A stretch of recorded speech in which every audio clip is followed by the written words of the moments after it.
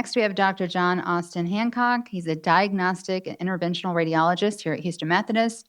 He specializes in image-guided, minimally invasive procedures used to diagnose and treat a wide range of conditions, including liver disease and cancer. His expertise includes advanced imaging techniques and interventional therapies that provide targeted treatment options, helping improve patient outcomes with less invasive approaches. And he has some really cool equipment to show you. Please give him a warm welcome. Thank you.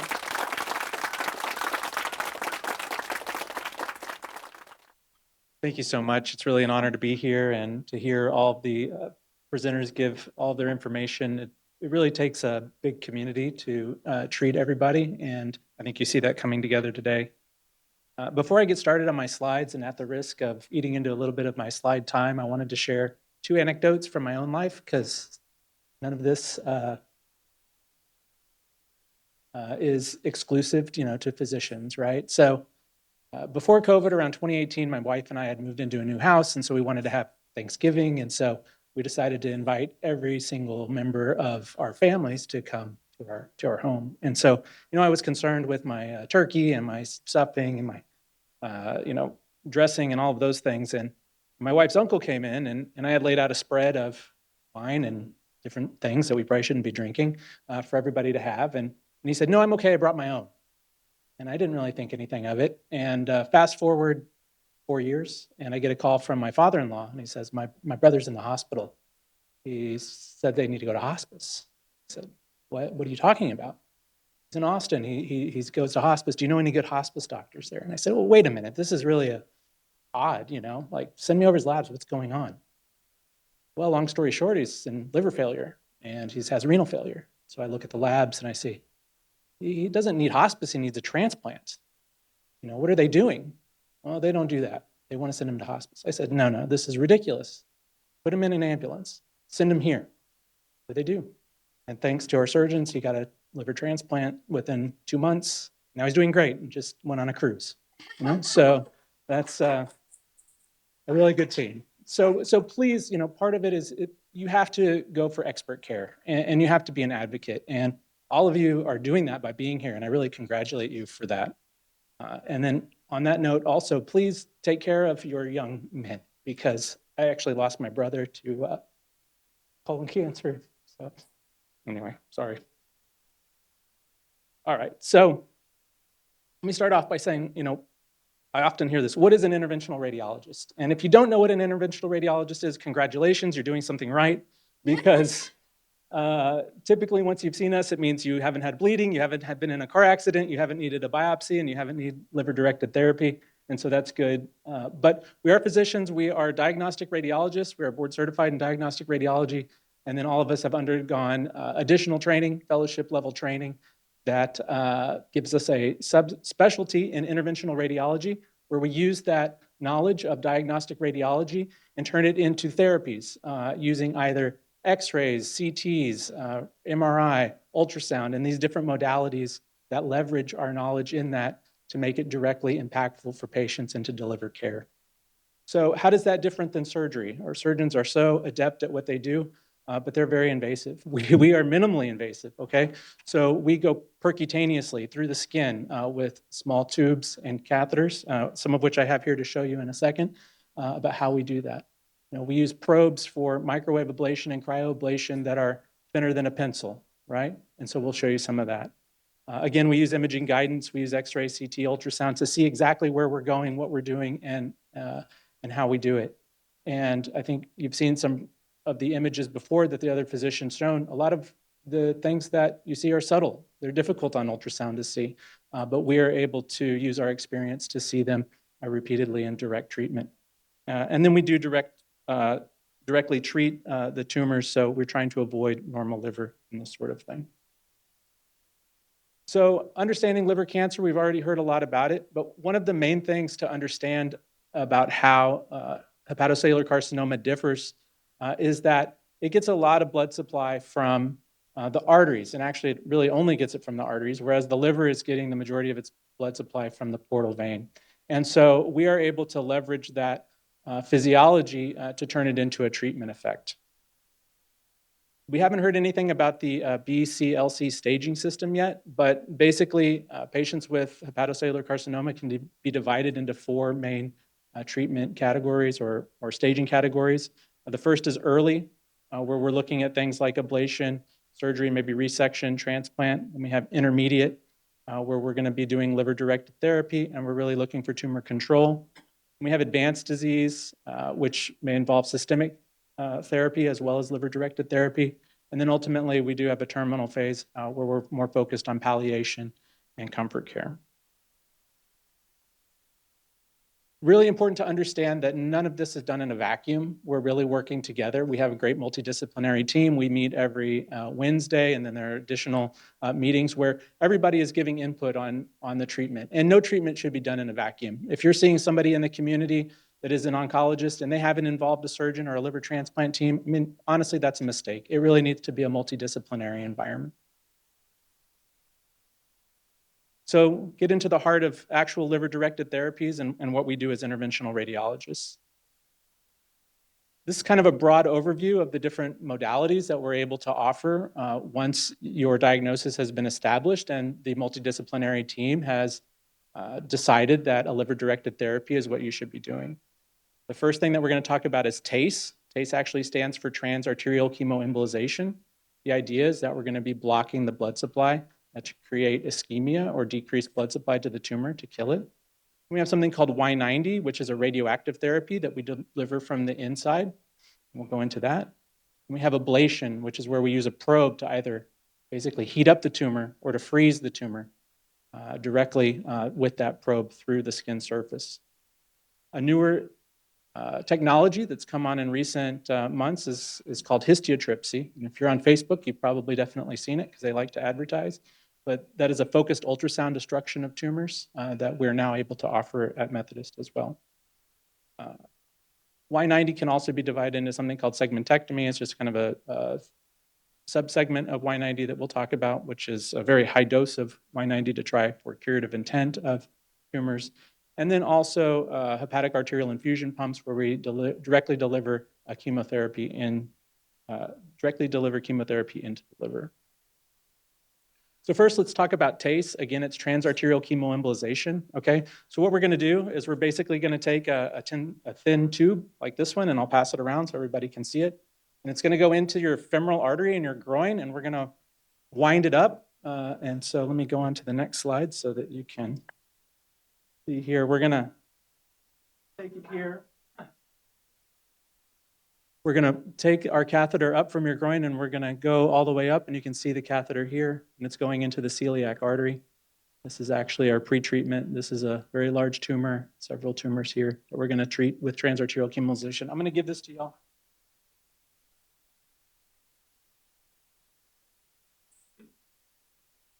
Then what we're going to do is through that tube, we're going to insert another tube, and that tube's going to go and we're going to wind it all the way through, across, down to maybe about right here, okay? And we're going to administer some very tiny particles, and those particles have chemotherapy embedded onto them that is then released directly into the tumor. Those particles are about 100 to 300 microns in diameter, so they're very tiny, okay? What they do is they block up the blood supply here so that this giant tumor here gets no blood, and it creates ischemia, and it creates infarction, and it creates damage in the cells that then causes them to die and shrink, so that ultimately we end up with something that looks like this, which is a non-viable tumor, a non-living tumor, and that can ultimately, ideally, take somebody like this who has a giant tumor, multiple tumors, we can downstage them so that our surgeons can then transplant patients and they can go into criteria. So I have another microcatheter is what we call that here, and you'll see this is actually one of our larger microcatheters, but you'll see ultimately how small it is and how we're able to get out into those arteries. Through that catheter is a small wire, because everything that we do goes over wires, and you'll be able to appreciate the size of the wire as well.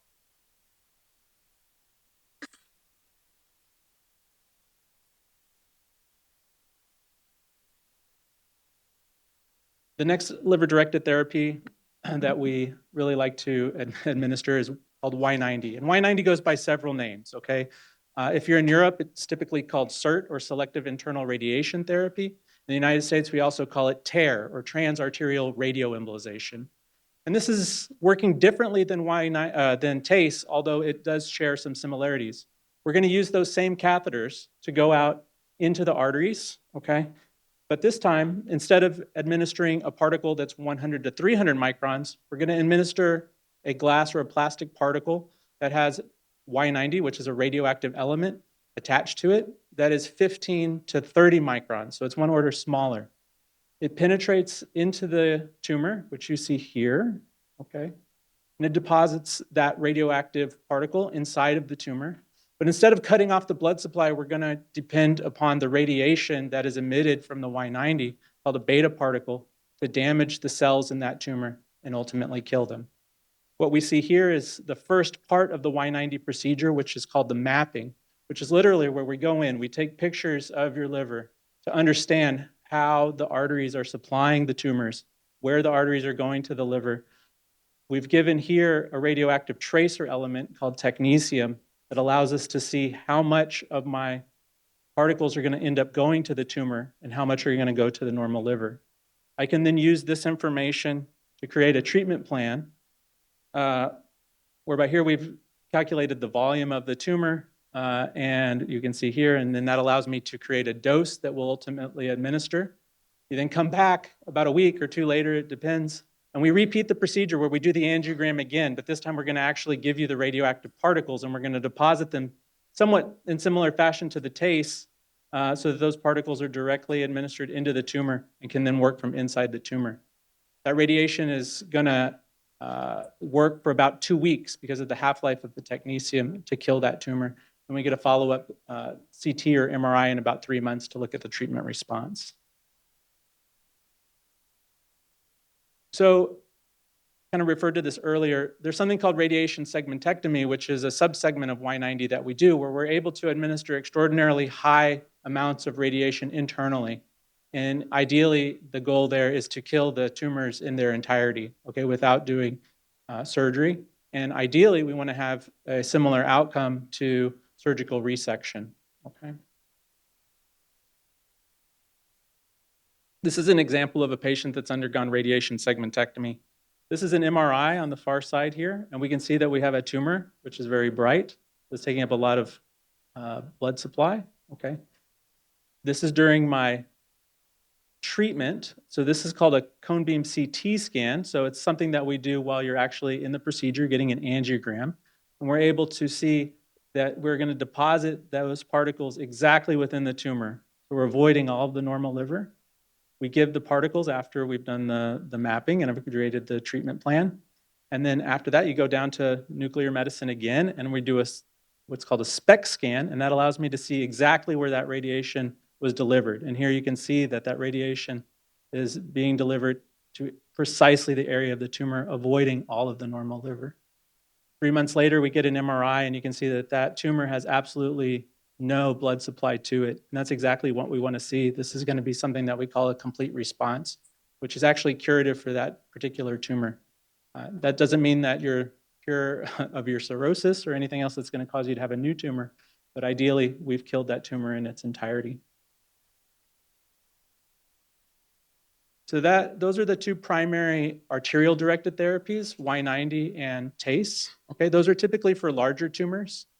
For smaller tumors, we have what's called thermal ablation. And so thermal ablation is a image-guided placement of a thin needle or probe that we put through the skin directly into the liver, targeting the tumors. And those probes will ultimately go into the tumor. And we use either heat to basically cook the tumor, or we use cold to freeze the tumor. There are 3 main types of ablation that we can do.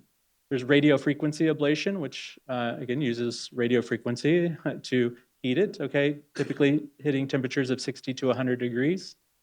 We can do microwave ablation, which is what we actually prefer now because it allows us to hit about 150 degrees centigrade, which is about 300 degrees Fahrenheit, to cook the tumors and to kill them in their entirety with a little bit of the surrounding liver.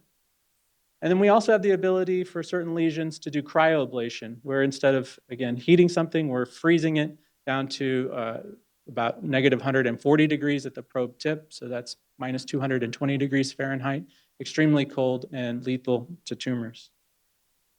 So here's an example of a microwave ablation. You see the tumor again lighting up because it likes to take in the contrast from our CT scan here.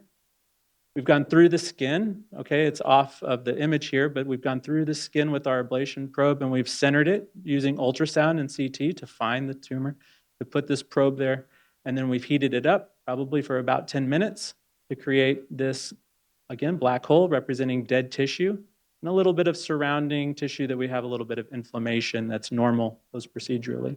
But again, we would hope to be killing the tumor in its entirety here and getting a curative intent. Here's a patient that's undergone cryoablation. The process is the same. Here we have a tumor that's on the edge of the liver and it's sticking out. This makes it a bad candidate for microwave ablation because the energy is going to be deposited in tissue around it. It's going to be difficult to control. So what I've done here is I've, again, taken our probes, and this time 2 probes, and we've stuck them in basically to this tumor here. If you look very closely, you can see the ice ball, which is this dark rim here. I'm able to monitor exactly where that ice ball is being created to make sure that we get a good margin. And then again, after the procedure, we have a nice dark area showing that the blood supply to the tumor has been cut off and the tumor has been treated effectively.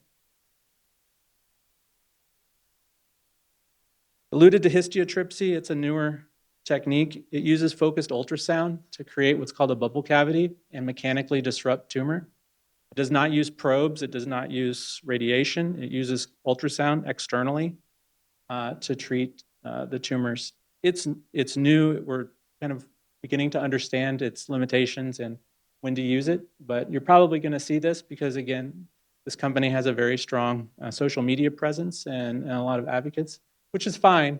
But you know, I think it's important to understand that it is new and we do have very good treatments that I've shown you that are highly effective and reproducible. And so we're happy to talk about this with our patients and offer it, but we do need to understand its limitations. So IR and liver transplant, you know, what is our role? You know, ideally, we want to get you to transplant. That really, for most patients, is where we want to end up. And so, you know, we're going to choose with our surgeons and our hepatologists and our oncologists the treatment that we feel is going to deliver that. And we're able to offer all of these therapies to do so. How we choose the right treatment is really dependent upon your tumor. So where is it? How big is it? What are its characteristics, right? How many are there? We want to understand your liver function, right? Is your liver working well? Is it not working well? Is that going to limit our ability to administer something like Y90 and treat a large area? Or is your liver working, you know, pretty well and we can, quote unquote, sacrifice a little bit more of the normal liver in order to treat the tumor? We want to understand your body. What's your overall fitness? Are you running marathons or are you having a hard time ironing a shirt, right? That's going to affect your ability to tolerate all of these therapies. And so we have to take all of that into effect because what's right for one patient is not necessarily right for another patient. And then ultimately, what is probably the most important thing is what is your goal, right? Are you looking to be very aggressive and try to treat every single tumor as much as you can? Or are you looking to be comfortable, you know, maybe not get a liver transplant ultimately? I mean, these are all discussions that fortunately your hepatologist and your oncologist are going to have generally before you see us, but you know, we play an important role in understanding that as well so that we can choose the right treatment for you. When you visit your IR, again, typically your diagnosis is going to have been made by the time that you see us, but ultimately we're going to try to have a consult with you and understand the things that we've talked about and give you some options, right? Now, a lot of the time those options have already been discussed at our treatment board. So when you come to see us, we're going to say, look, we all met together. We think ablation is the best for you. But it's important that you understand kind of what the alternatives might be and when those might be appropriate or not appropriate. Most of our procedures take about 1 to 2 hours to complete. Most of them are done with what's called moderate sedation. So we don't use general anesthesia. We just give you some IV medications that help you relax, okay? They're generally done as outpatient procedures, and they're generally very safe and very well tolerated. Very few acute complications, fortunately. That's kind of one of the nice things about having a minimally invasive option is that patients can quickly return to work, taking care of their family, being discharged from the hospital. Common side effects from almost all of our procedures include things like fatigue for 1 to 2 weeks, maybe low-grade fever from systemic inflammation that you're going to have, loss of appetite and nausea, maybe a little bit of pain. Typically, these things recover within a couple weeks. If you have any of our procedures and you develop a high fever, more than 101.5, please let us know immediately. We need to know about that. You should not have severe pain. You should not have jaundice. You should not have abdominal swelling. If you develop those things after any of our treatments, again, just please let us know. Imaging plays a huge role in every patient with HCC and liver disease, as we've already learned. Reports are now available to all patients, and so there's a lot of terminology there that I'm not going to go through all of the elements, but you're going to see something called the LIRADS, which is a standardized template for how we report response, right? And a lot of that's going to have an idea of, complete response, partial response, stable disease, and progressive disease. One thing that I want to, I guess, focus on your attention on is that just because we have partial response doesn't mean that we have treatment failure, okay? So again, it goes back to what the goals are, right? If the goal is to have stable disease for 6 months and get you on the liver transplant list, then accomplishing that with whatever modality that we've chosen together, that's a win, right? We don't have to only have complete response to be successful. When you're looking at those reports and you see there's a little bit of residual tumor here, it doesn't mean that you have to be so worried about it, because we can go in, we can retreat, and also sometimes we just want to watch it and see how you do. Questions to ask any type of physician that you're working with, again, what treatments do you recommend? What are the alternatives? How many times will it take? What if it doesn't work, right? These are the types of things that you want to be discussing. I would encourage everybody, please keep a log of your visits, write down your questions, because you're going to forget them when you're in the room to talk to people, and then don't hesitate to follow up with questions if you have them. Obviously, there's a lot of support. Again, I think y'all are already way ahead of the curve, and I congratulate everybody for being here. And I'm looking forward to answering all of your questions at the next stage.